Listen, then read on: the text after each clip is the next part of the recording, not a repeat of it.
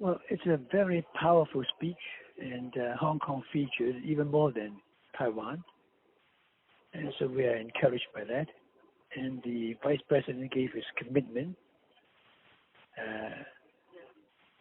in support of Hong Kong. And what I'm particularly encouraged by it is that he insists that the joint declaration should be adhered to by China. And this, in fact, accords with what I've been saying all the time. The one country, two systems is very difficult to implement. The idea is a good one, but it is very difficult to implement because China is so big and Hong Kong is so tiny. And so to make it work would depend entirely on the will of the central government, whether it wants it to work or not. Mm-hmm. Because it's so easy for the central government to say, okay, we want to take back some of the high degree of autonomy, and then it no longer can work. I have always likened this problem to a seesaw game which we all played when we were young. You know, the seesaw game. If the father sits on one end of the plank and this little boy sits at the end of the other side of the plank, then there is no equilibrium because the father is much heavier than the boy and there's no game for the boy.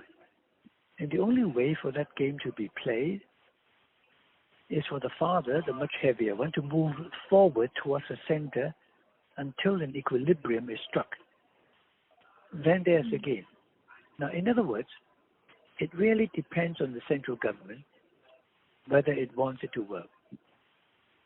And to make it work, I have always argued that there must be genuine democracy for the election of the chief executive as well as all members of the legislature. Nobody wants to create trouble of this kind. But then the government doesn't listen to the people. I mean, which country in the world, or which government in any country in the world would still be in public office if 1/4 of its population were to take to the streets to oppose its policies? In Hong Kong, the government still continues without the resignation of anybody in government.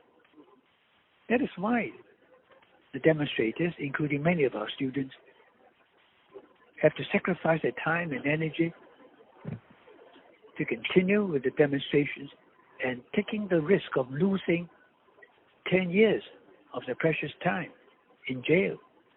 Some of them are even prepared to give up their lives. This government is so dysfunctional today, and it has certainly lost its entitlement to govern Hong Kong.